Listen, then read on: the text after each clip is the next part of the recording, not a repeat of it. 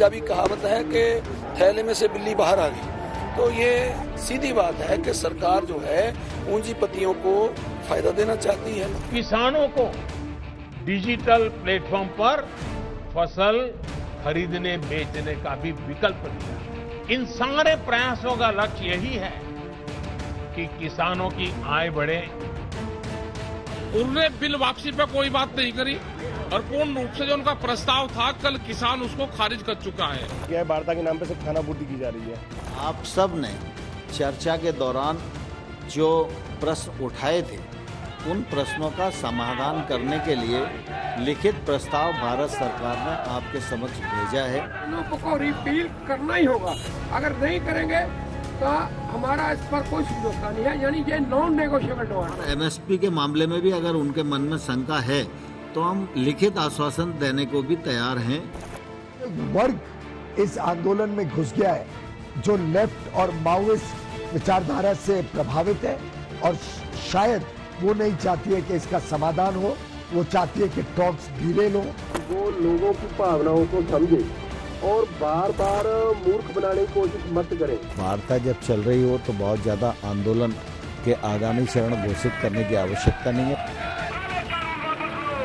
गुरु नानक देव जी ने भी कहा है, जब लग दुनिया रही है नानक, किछु सुनिए किछु कहिए। यानी जब तक संसार रहे तब तक संवाद चलते रहना चाहिए।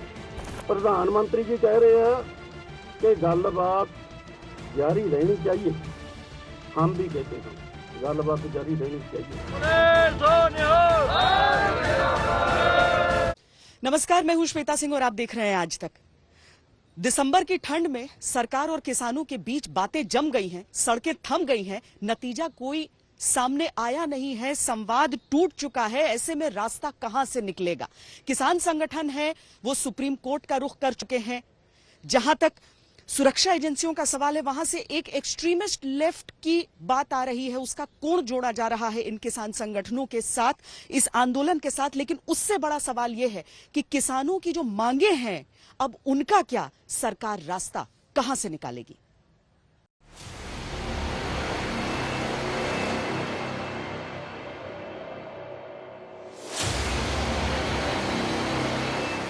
मुलाकात हुई, 5 राउंड तक बात हुई, लेकिन छठे राउंड से पहले ही क्यों बिगड़ गई बात? रार हुआ, तकरार हुआ, संशय पर संवाद हुआ, मगर बातचीत की गाड़ी पटरी से उतर गई। बिल पे अगर नहीं वापस लेने की बात होती है, कहती है बाकी प्रस्तावों पे बात की, तो आप बात करने के लिए तैयार हैं? तो तैयार नहीं है, ना किसान तैयार है ना कुछ तैयार है। जब तक संसार रहे तब तक संवाद चलते रहना चाहिए। जब सरकार किसानों की मांग मानने को तैयार, तो क्यों और भड़की आंदोलन की आग? एमएसपी के मामले में भी अगर उनके मन में शंका है तो हम लिखित आश्वासन देने को भी तैयार हैं। हम सरकारों को भी दे सकते हैं, किसान को भी दे सकते हैं, यूनियन को भी दे सकते हैं। आंदोलन किस प्रकार से गतिमान हो उसके लिए सारे प्रयास किए जाएंगे, मगर जब तक 3 अध्यादेश निरस्त नहीं होंगे हमारी जंग जारी रहेगी। क्या सचमुच हाईजैक हो चुका है किसानों का आंदोलन? There is enough evidence available that टुकड़े gang is seeking to overtake.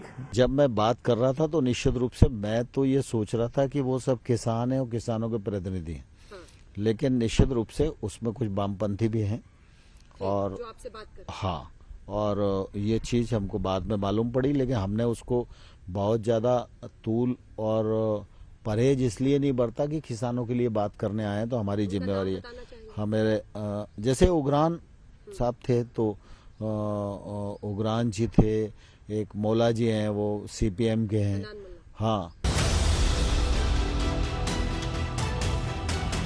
आखिर कृषि कानूनों को निरस्त करने की मांग से कैदियों की रिहाई तक क्यों पहुंच गया मामला?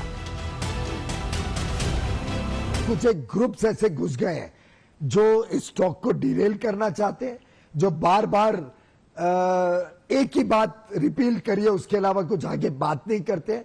इसके हितों की जो बात है, कानून में जो किसानों को इतने लाभ दिए गए, पुरानी व्यवस्था को पूरी तरीके से बरकरार रखते हुए नए माध्यम किसानों के लिए जो खोले गए हैं, इसको पूरी तरीके से नजरअंदाज करने की और किसानों को भ्रमित करने की जो कोशिश कर रहे हैं, ऐसे कुछ एलिमेंट्स इसमें इस चर्चा में शामिल रहते हैं। क्या किसान आंदोलन को खत्म करने के सारे रास्ते बंद हो चुके हैं या फिर सरकार के पास कोई नया प्लान तैयार है?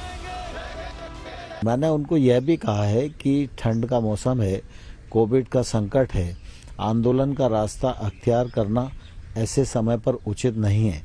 आंदोलन जब चलता है तो अनेक नागरिकों के मौलिक अधिकारों का भी हनन होता है, उसका भी ध्यान हम सब लोगों को रखना चाहिए। दिल्ली के नागरिक भी आंदोलन के कारण परेशान हो रहे हैं और इसलिए मुझे पूरी आशा है कि किसान वार्ता के लिए आएंगे और इन प्रस्ताव पर चर्चा करेंगे। क्या मोदी सरकार झुकेगी या फिर किसानों को मना लेगी? क्या है सहमति और असहमति के बिंदु?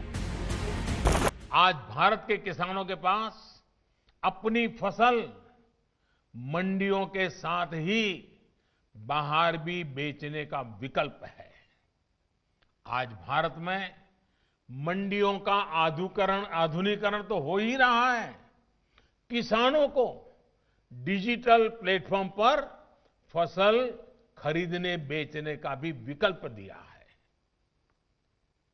इन सारे प्रयासों का लक्ष्य यही है कि किसानों की आय बढ़े, देश का किसान समृद्ध हो। जब देश का किसान समृद्ध होगा तो देश भी समृद्ध होगा। अभी बार बार मीटिंगें करने का क्या मतलब है? वो तो एक ही बात है कि हम बोलते हैं कि इन ऑर्डिनेंस को रद्द करो, सरकार बोलती है ये रद्द हो नहीं सकते, इसमें सुधार हो सकता है। देश और दुनिया में पहले हो चुके किसान आंदोलनों से क्या बदला है? देखिए किसान आंदोलनों पर सबसे सटीक, सबसे प्रामाणिक, सबसे शोधपरक ग्राउंड रिपोर्ट। जब लग दुनिया रहिए नानक, किश सुनिए किश कहिए। गुरु नानक देव की इस वाणी का जिक्र करते हुए प्रधानमंत्री नरेंद्र मोदी ने किसान संगठनों से एक तरह से एक अपील की कि संवाद जारी रहना चाहिए। लेकिन ये सारी अपीलें और कई राउंड की जो बातचीत है उसका नतीजा निकला नहीं और अब तो सवाल सबसे बड़ा ये रह गया है कि बात बनेगी कैसे।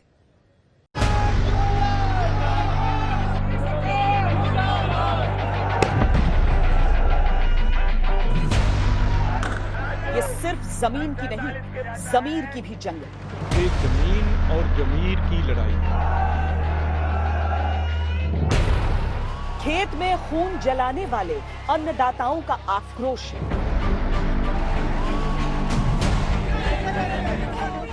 ये उन 3 कृषि कानूनों के खिलाफ रण है जिसके 2 चेहरे हैं, 2 पहलू हैं।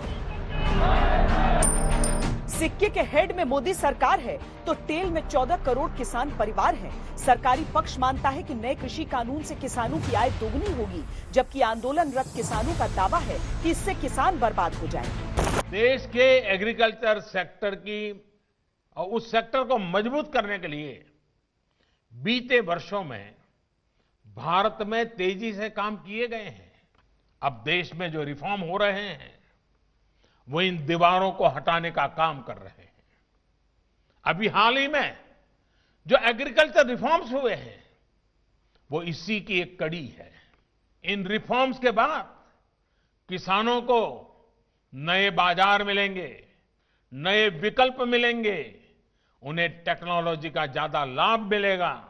जनता के हित में कानून बनाए जाते हैं, जनता के विरुद्ध कानून नहीं बनाए जाते। ये जनता के विरुद्ध कानून बना के पूंजीपतियों को लूटने का कानूनी अधिकार दे दिया गया है, उसके विरोध में ये सड़कों में लोग हैं। ये लड़ाई जितनी जमीनी है उतनी ही आशंका और वास्तविकता के बीच झूलती हुई। विपक्ष की तो आस इस आंदोलन पर टिकी है। जो किसान है उसने इस देश की नींव रखी है और वो दिन भर इस देश के लिए काम करता है। ये जो बिल पास किए गए हैं ये किसान विरोधी बिल हैं। प्रधानमंत्री जी ने कहा था कि ये बिल किसानों के हित के लिए है। सवाल उठता है कि अगर ये बिल किसानों के हित में है तो किसान सड़कों पे क्यों खड़ा है? किसान इतना गुस्सा क्यों है? क्योंकि इन बिलों का लक्ष्य प्रधानमंत्री जी के मित्रों को हिंदुस्तान का जो एग्रीकल्चरल सिस्टम है वो पकड़ाने का है, और किसान इस बात को बहुत अच्छी तरह समझ गया है। इस बीच टिकरी बॉर्डर पर डटे किसानों के बीच एक पोस्टर ने नए विवाद को जन्म दे दिया है। इस पोस्टर में दिल्ली दंगों के मास्टरमाइंड शर्जील इमाम, उमर खालिद समेत भीमा कोरेगांव के आरोपियों की तस्वीर है। ये वो लोग हैं जो एनएसए और यूएपीए के तहत गंभीर आरोपों में जेल भेजे गए। किसान है जो हमारे है, लेकिन किसान के आड़ में कुछ लोगों ने शर्जील इमाम और इनके रिहाई की मांग करना या किसान आंदोलन का माइक का उपयोग करके ही वो करना और उसके साथ साथ उनके पोस्टर लगाना, ये गलत उपयोग कुछ लोग कर रहे हैं। इससे किसानों को सावधान रहना चाहिए। सवाल उठने ही थे, आखिर किसान आंदोलन में दंगों और देशद्रोह के आरोप लगे लोगों के पोस्टर क्या कर रहे हैं? जवाब भी डंके की चोट पर था। भारतीय किसान यूनियन एकता उग्राहा के वरिष्ठ उपाध्यक्ष ने जेल में बंद आरोपियों को तुरंत रिहा करने की मांग को खुलकर दोहराया। ये जो हुआ था टिकरी बॉर्डर के पास, वो जिसमें उमर खालिद और शर्जील इमाम, तो वो आपने सर ऑर्गेनाइज कराया था? हाँ जी ऐसे ही कराया था। अच्छा, आपसे देखिए, हम किसानों से बात कर रहे हैं, हमारे मंत्रीगण बात कर रहे हैं। मैं भी अपील करता हूं कि हमारा बिल्कुल मन खुला हुआ आपसे बात करने के लिए। ये संशोधन देश में है, लेकिन मैं एक बात विनम्रता से कहना चाहूँगा, अगर देश को तोड़ने वाले किसानों के आंदोलन में घुसने की कोशिश करेंगे तो सख्त कार्रवाई होगी। किसान आंदोलन को गलत दिशा में ले जाने का जो प्रयत्न है उससे सरकार निश्चित रूप से चिंतित है, और मैंने कल भी किसानों को आग्रह किया है कि ऐसे तत्वों के हाथ में किसान आंदोलन को न जाने दें। पूरी सावधानी किसान यूनियन के लोगों ने बरती है।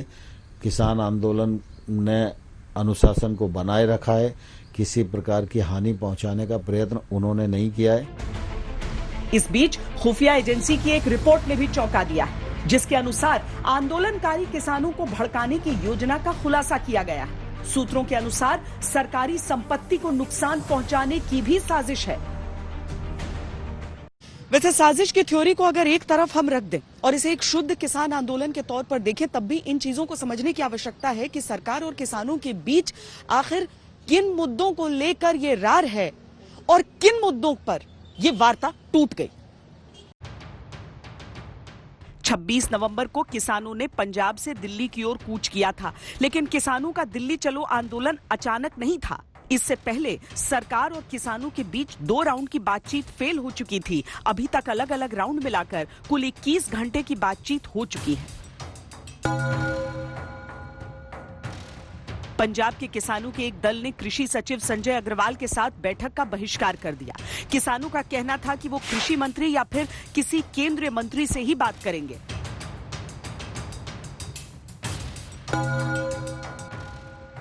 करीब 1 महीने बाद केंद्रीय कृषि मंत्री नरेंद्र सिंह तोमर और पीयूष गोयल के साथ किसानों की मैराथन बैठक हुई। 7 घंटे चली बैठक बेनतीजा रही। 26 नवंबर को पंजाब से किसानों ने दिल्ली पर चढ़ाई की। सरकार ने 1 दिसंबर की बैठक में एक्सपर्ट कमेटी बनाने का सुझाव दिया, लेकिन किसान नहीं माने। इस राउंड में 40 किसान संगठनों के साथ सरकार की बातचीत हुई। तय हुआ कि 5वें राउंड की बैठक 5 दिसंबर को होगी। 5वें दौर की बैठक 4 घंटे चली। ये बैठक भी बिना किसी नतीजे के खत्म हुई। 8 दिसंबर को किसानों ने भारत बंद बुलाया। इसी रात गृह मंत्री अमित शाह के साथ बैठक हुई। सरकार ने फिर प्रस्ताव रखा कि वो कानून में जरूरी संशोधन के लिए तैयार है, लेकिन किसान अपनी बात से डिगे नहीं। अगर कोई अच्छे सुझाव आते हैं तो सरकार ओपन माइंडेड है, सरकार खुली है, सरकार उन सुझावों को लेने के लिए तैयार है। और इसलिए सरकार के तरफ से कोई ऐसी प्रतिष्ठा का विषय नहीं है जिसमें भी किसानों का भला होगा। ऐसे कोई भी अच्छे सुझाव को सरकार स्वीकार करने के लिए तैयार है, ये मैं आपको विश्वास के साथ बता देना चाहता हूँ। भारत बंद को वैसा समर्थन नहीं मिला जिसकी उम्मीद थी। सरकार ने भी तेवर सख्त कर दिए। 9 दिसंबर को 7वें राउंड की बैठक रद्द कर दी गई। हालांकि सरकार ने किसानों के पास 22 पेज का लिखित प्रस्ताव भेजा।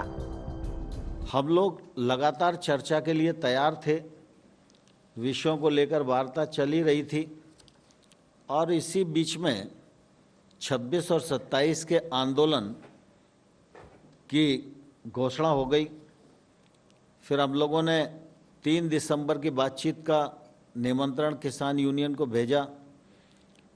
चूँकि किसान आ चुके थे, रास्ता बाधित था, ठंड का मौसम था, कोविड का भी संकट था और इसलिए सोचा गया कि वार्ता जल्दी करनी चाहिए। तो 3 दिसंबर के स्थान पर 1 दिसंबर को की, 1 दिसंबर के बाद फिर 3 दिसंबर को की, 3 दिसंबर के बाद फिर यह तय हुआ कि 5 दिसंबर को करें, तो 5 दिसंबर को वार्ता का क्रम चला और फिर यह तय हुआ कि 7 तारीख को हम दोबारा से इन विषयों को लेकर बैठेंगे और कुछ मार्ग प्रशस्त करेंगे। सरकार संशोधन के लिए तैयार है लेकिन कानून निरस्त करने के लिए तैयार नहीं है। किसान कानून निरस्त होने के अलावा और किसी चीज पर समझने को, तैयार होने को इस समय राजी नहीं है। लेकिन इस सब के बीच ये भी समझिए कि वो कौन सी बातें हैं, वो कौन सी आशंकाएं हैं जो किसानों के मन में हैं, उनकी कौन सी मांगे हैं और उसके समकक्ष सरकार का रुख क्या है। किसानों का विरोध है कि नए कानून से न्यूनतम समर्थन मूल्य यानी एमएसपी पर फसल बेचने का विकल्प खत्म हो जाए। सरकार का प्रस्ताव है कि सरकार एमएसपी पर लिखित आश्वासन के लिए तैयार है। किसानों का कहना है कि मंडी समितियां कमजोर हो जाएंगी और किसान निजी मंडियों के चंगुल में फंस जाएंगे। सरकार का जवाब है कि राज्य सरकारें निजी मंडियों के रजिस्ट्रेशन की व्यवस्था लागू कर सकती हैं। किसानों का आरोप है कि मंडियों के बाहर कारोबार करने पर अंकुश नहीं होने से किसानों के साथ धोखा हो सकता है, जबकि सरकार का प्रस्ताव है कि राज्य सरकारें किसानों के हित में नियम बना सकती हैं। किसानों का कहना है कि विवादों के निपटारे के लिए किसानों को सिविल कोर्ट में अपील का अधिकार नहीं है। सरकार ने प्रस्ताव दिया है कि सिविल अदालतों में अपील का विकल्प दिया जा सकता है। किसानों का कहना है कि कॉन्ट्रैक्ट फार्मिंग के रजिस्ट्रेशन का प्रावधान हो। सरकार ने कहा है कि रजिस्ट्रेशन के लिए राज्य प्रबंध कर सकते हैं। किसानों को डर है कि नए कानून से किसानों की जमीन पर उद्योगपतियों का कब्जा हो जाएगा। सरकार का कहना है कि किसानों की जमीन पर लोन और मालिकाना हक किसी और को नहीं मिल सकता। किसानों को डर है कि नए कानून से किसानों की भूमि की कुर्की हो सकती है। सरकार का कहना है कि ये आशंका बेबुनियाद है। किसानों की मांग है कि बिजली संशोधन बिल विधेयक 2020 खत्म किया जाए। सरकार का आश्वासन है कि बिजली की पुरानी व्यवस्था ही चलती रहेगी। किसानों की मांग है कि पराली जलाने संबंधित प्रावधानों को खत्म किया जाए। सरकार समुचित समाधान के लिए तैयार है। सरकार और किसानों के बीच टूटते संवाद का व्यापक असर पड़ सकता है, इसीलिए सरकार चाहती है कि जल्द से जल्द इस मुद्दे का समाधान निकले। भारत की सरकार पूरी तरीके से संवेदनशीलता के साथ किसानों के हर मुद्दे पे चर्चा करने के लिए पहले भी तैयार थी, आज भी तैयार है। हमने किसानों के साथ कई दौर के चर्चा की, उन्होंने अलग अलग जो ज्ञापन दिए थे उसके बारे में विस्तार से चर्चा हुई। जो मुद्दे से उनको कुछ शंकाएं थी, कुछ भ्रांतियां थी, उस पे भी हमने चर्चा लाने की कोशिश की। मुझे लगता है कि ये सब हैंडल होगा। हम सब देसी लोग हैं, भारत के लोग हैं और भारत की बात को भारत में ही निराकरण तक पहुंचाएंगे। और मैं इस देश के किसानों की ताकत समझता हूं, किसानों की नीयत को भी समझता हूं और किसान नेता जो हैं जेन्युइन, वो किसान की समस्या और उसका निराकरण यहाँ तक अपने को सीमित रखेंगे। और मैंने उन्हें पहले भी कहा है कि वार्ता जब चल रही हो तो बहुत ज़्यादा आंदोलन के आगामी चरण घोषित करने की आवश्यकता नहीं है। लेकिन जैसा मैंने पहले कहा कि आंदोलन में कई लोग शामिल हैं और कोई किसी का मालिक नहीं है, इसलिए कभी घोषणा हो जाती है तो दूसरे लोग लिहाज में चुप रह जाते हैं। लेकिन मुझे लगता है कि वार्ता का एक दौर होगा और उसमें हम लोग निराकरण तक पहुंचेंगे, मुझे पूरा भरोसा है।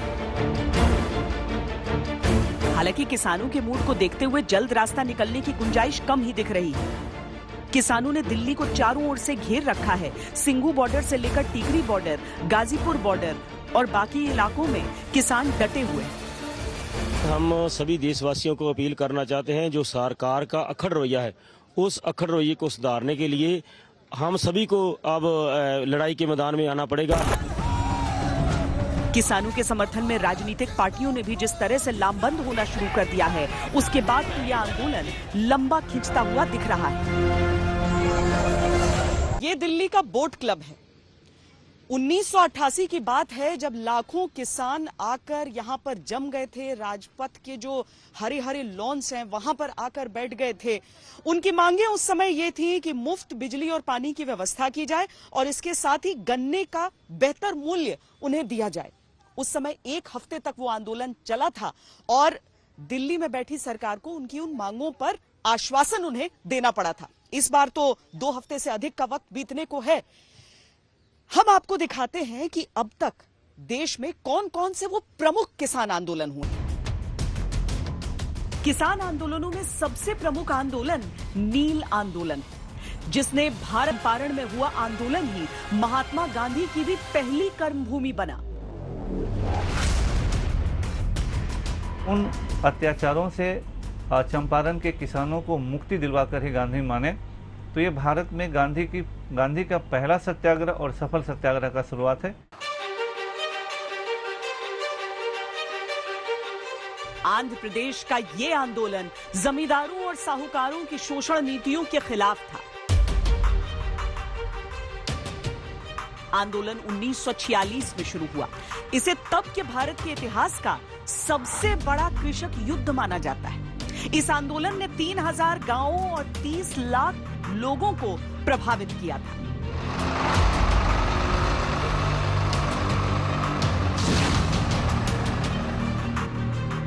तेलंगाना के स्थानीय जमींदारों ने उपजाऊ भूमि पर कब्जा कर लिया। वो किसानों का शोषण करने लगे। इन जमींदारों और साहूकारों को स्थानीय प्रशासन का संरक्षण हासिल था। अपने खिलाफ किए जा रहे जुल्म से तंग आकर किसानों ने हिंसक आंदोलन छेड़ दिया। जमींदारों पर आक्रमण होने लगे। अगस्त 1947 से सितंबर 1948 तक यह आंदोलन अपने चरम पर था। हैदराबाद विलय के समय जब सेना हैदराबाद पहुंची तो आंदोलन खुद ब खुद खत्म हो गया।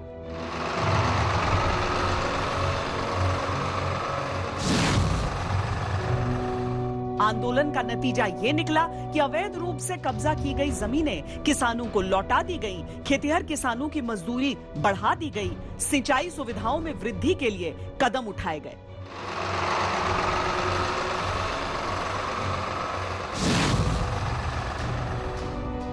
– 1946 में बंगाल के तेभागा में एक सशक्त किसान आंदोलन हुआ।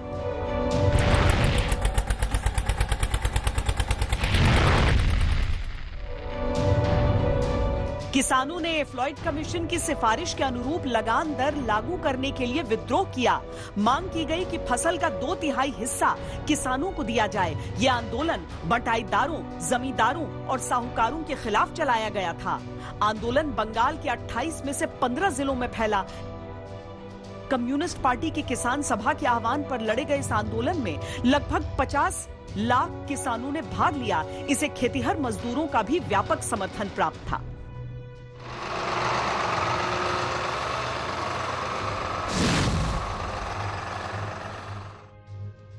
वामपंथी किसान सभा द्वारा शुरू किया गया यह आंदोलन जल्द ही हिंसक हो गया। हालांकि मार्च 1947 आते आते आंदोलन की रफ्तार धीमी पड़ गई। हरित क्रांति का लाल अवतार कोई नई बात नहीं है। इस बार भी वो कनेक्शन वामपंथ का तलाशा जा रहा है। लेकिन हम आपको दिखाते हैं आजादी के बाद का वो पहला आंदोलन जिसने पूरी तस्वीर बदल कर रख दी।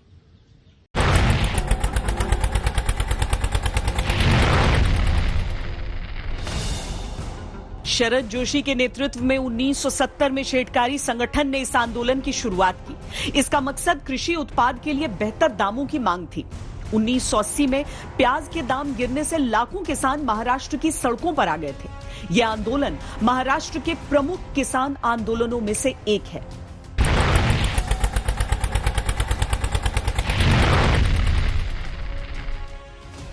1980 में कर्नाटक राज्य रैठा संघ ने किसानों की आर्थिक स्थिति को लेकर आंदोलन छेड़ा।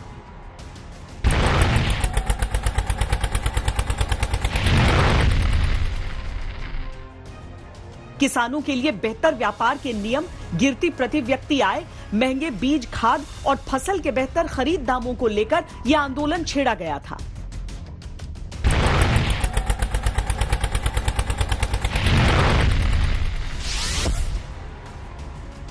इस आंदोलन में पुलिस की गोली चलने से 2 किसानों की मौत हो गई। इसके बाद रैठा संघ किसानों की आवाज उठाने वाला प्रमुख संगठन बन गया।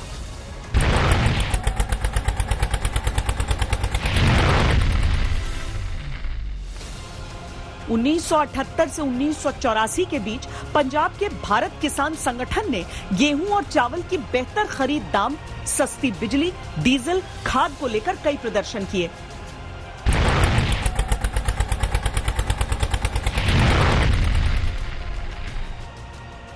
(1984 के इस आंदोलन में मुख्य मुद्दा किसानों की कर्ज माफी रहा। 10 मई 1984 को किसानों ने चंडीगढ़ में पंजाब राजभवन को 1 हफ्ते तक घेरे रखा। 23 मई को अकाली दल के नेता हरचंद सिंह लोंगोवाल ने ऐलान किया कि किसान अब एफसीआई को अनाज नहीं बेचेंगे।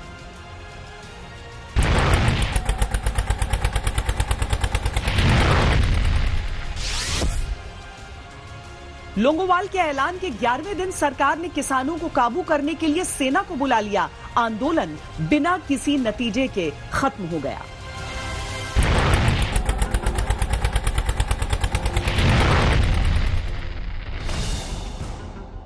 करीब 32 साल पहले 25 अक्टूबर 1988 को किसान नेता महेंद्र सिंह टिकैत के नेतृत्व में भारतीय किसान यूनियन ने आंदोलन छेड़ा था।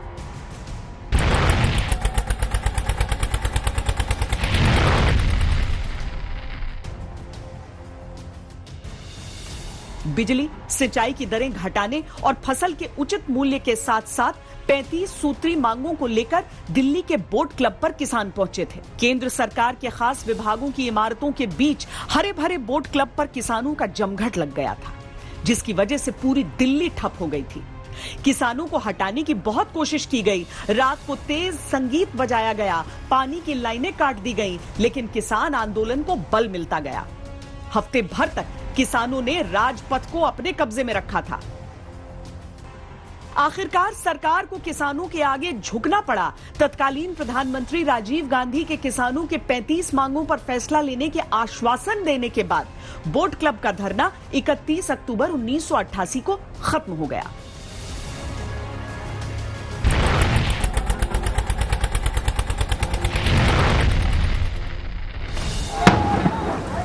नंदीग्राम में हुए आंदोलन ने बंगाल की राजनीति की दिशा ही बदल दी।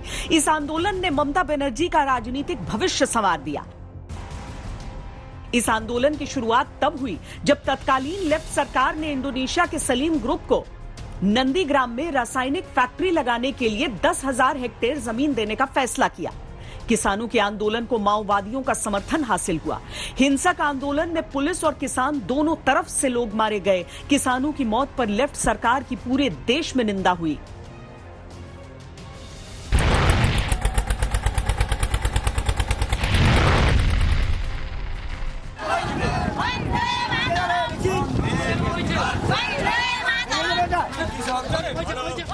इस आंदोलन का नतीजा ये हुआ कि 3 दशक से सत्ता पर काबिज लेफ्ट सरकार बंगाल से बेदखल हो गई।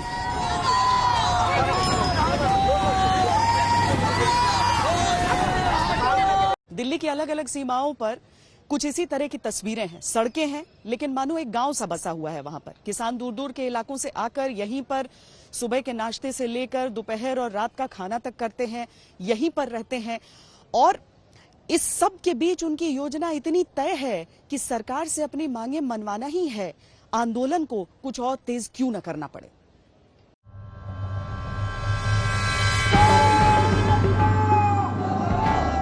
प्रदर्शन और आंदोलन की आंच दिल्ली की सरहद से निकलकर अब आगे बढ़ रही है।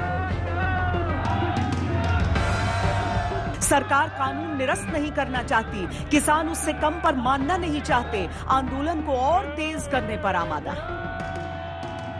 अगर देखो हमारी अगर बात नहीं सुनी जाने की किसानों की, हम तो गली गली जाम कर देंगे। अन्न भी पैदा किसान करे, देश के लिए हमसे ज्यादा कीमती कौन है, और हमारी सुनी नहीं जा रही। जो भी आज आंदोलन कर रहे हैं उनका आंदोलन करने का अधिकार है, पर हम सच्चाई उनको समझाएंगे और निश्चित रूप से इस मार्ग से उनको दूर करेंगे, ऐसा मेरा विश्वास है। बाकी जो राजनीतिक नेता है उन्होंने तो सोने का ढोंग ही किया है, उनको कैसा भी करके हम कुछ भी करें तो उनको आंदोलन करना है, उनको तो हम नहीं रोक सकते। पहले की सरकारें ऐसी होती थी कि जिन पर भरोसा करना मुश्किल होता था।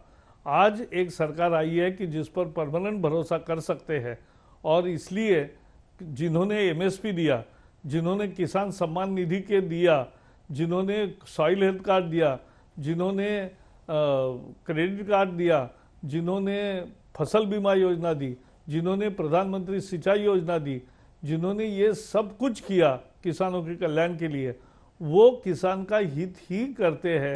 ये जब काले कानून बनाए तीनों खेत विरोधी, तो इन्हें रात के अंधियारे में कैबिनेट में कोविड के जमाने में अध्यादेश से सरकार क्यों लेकर आई? पहला सवाल, क्या किसी किसान संगठन ने इसकी मांग की कि ये कानून लेकर आए जाएं? जवाब नहीं में है। क्या किसी राजनीतिक दल ने कहा कि ये कानून लाए जाएं? जवाब नहीं में है। तो फिर आप ये काले कानून कोरोना में जब पूरा देश बंद था तो रात के अंधियारे में अध्यादेश के माध्यम से क्यों लाए? लेकिन इस सब के बीच समाधान तो चाहिए ही, क्योंकि किसान लंबे संघर्ष के मूड में है। और राष्ट्रीय आह्वान हुआ कि हाईवे जाम होगा तो जाम होगा, क्योंकि जिस तरह से कानून वापस करने के लिए किसान यहाँ आंदोलन कर रहा, सरकार बात नहीं सुनी तो क्या मतलब और क्या तरीका? सरकार को यकीन है कि समझाने से बात सुलझ जाएगी, पर इसके लिए भी तो संवाद जरूरी है। लोकतंत्र है और विरोध का अधिकार सबको है, लेकिन वाद हो, विवाद हो, संवाद भी हो, ताकि समाधान निकले। अभी के लिए इतना ही। देश और दुनिया की बाकी खबरों के लिए आप देखते रहिए आज तक।